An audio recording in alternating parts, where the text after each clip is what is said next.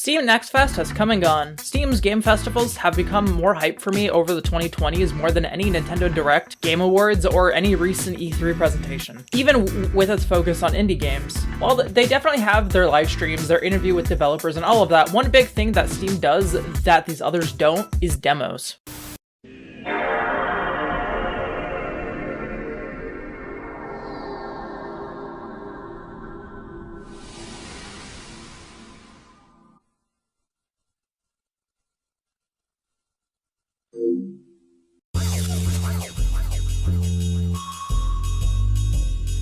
As with sonar, the big problem with detection is interpreting the returning signals.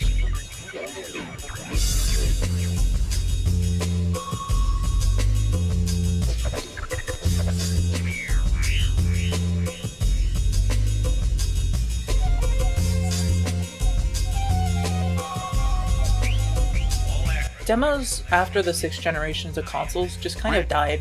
While they existed on Xbox Live and the PSN store, getting demos for new games wasn't nearly as exciting as they used to be. It was open the store, search it up, and Bob's your uncle.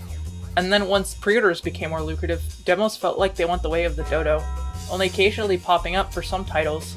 Hell, even shareware versions of PC games went away once Steam became more popularized. Starting in 2019, Steam started hosting game festivals with Jeff Keighley running the whole event.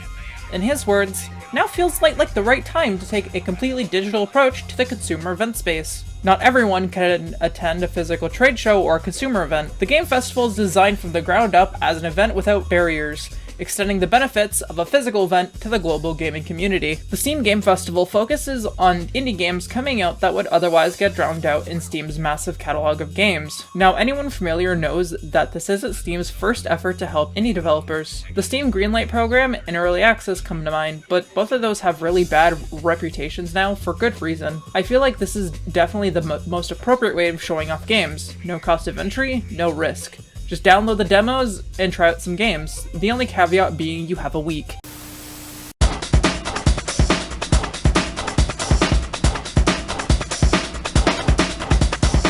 These events evoke a lot of the same emotions I felt getting my hands on a PS2 demo disc as a kid. I never really had a subscription to PlayStation Magazine, which is how you would get these to begin with. I got mine in 2 ways. I had a friend whose mom worked at Zellers who would bring home a lot of the demo discs from the kiosks, which was probably illegal now that I think of it. The other is my friend's older brother would go to the local Shoppers Drug Mart and just flat up steal the discs from the magazines and bring them home, which was definitely illegal. Thanks, Joshua. But much like those PS2 discs, I remember my time with those games. I remember the menus, the music. I remember being blown away by games like Ninja Gaiden, the opening to Metal Gear Solid 2, which, fun fact, I didn't know Raiden was the protagonist till I was an adult, and both of my friends thought it was too hard and stupid anyway, so we didn't progress farther in the demo past the opening. Ape Escape 2, Sly 3, Jak and Daxter. One of them. Point is, I have a lot of memories attached to these demos. Even in some cases, I remember the demos more clearly than the games themselves. And much like those PS2 demos, I remember the opening section of Anno Mutatum and being completely enthralled by the cyberpunk world, unique visuals, and the drama of the characters. And the opening bit of Ghost Runner with the architect talking in your ear as you jump off the building and you feel like an absolute badass. I had the first level memorized before the game even came out. And more recently, with the fast, stylish gameplay of Neon White with a fun cast of characters and funny writing that's stuck in my head after weeks playing it, it's probably gonna end up being my game of the year. Compare that to E3, where you get nothing but trailers and a promise that these games shown off are even worth your time, where less and less gameplay is shown and I feel like I'm watching a trailer for a movie rather than a video game. I don't know how many times my friends and I will be hyped for a game when it's shown off, only for us all to completely forget about it by the time it comes out. True story, I remember being really interested in The Surge, only to completely forget that it came out at all, and by the time The Surge 2 came out, my first thought was, wait, there was a Surge 1? Maybe this comes from the fact that I have the smoothest brain known to man, but know for a fact that I'm not the only one that has this issue. Think about every E3 presentation for every game you might have shown interest in, and I'm not talking about the hype stuff. I'm talking about the stuff that you sat back and thought, yeah, that looked neat. Now think about every demo you've played with that same mentality. Which one do you remember more? I can't really answer that for you, but my guess is the demo. Going into the Steam Game Festivals, I always feel really nostalgic.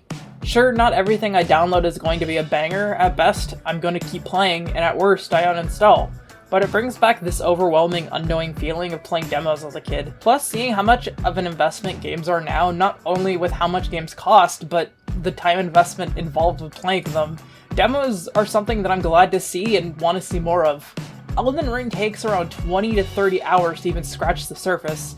It feels pretty great to have a bite-sized taste of something that'll potentially take up the next 2 months or even a year in some cases. This video was supposed to be a highlight of games I thought were cool that I played, only to realize my test footage was really good, but my actual footage was... with an occasional. So it didn't really quite work out how I wanted to. If you want an abridged version of the original video, here's a list of games I thought were cool. Turbo Overkill is a game that I thought was really cool. A movement shooter that reminds me a lot of Doom 2016, but I think stands up on its own pretty well. It has a pretty unique blend of retro and modern aesthetics. Boundary might end up being my new shooter when that comes out.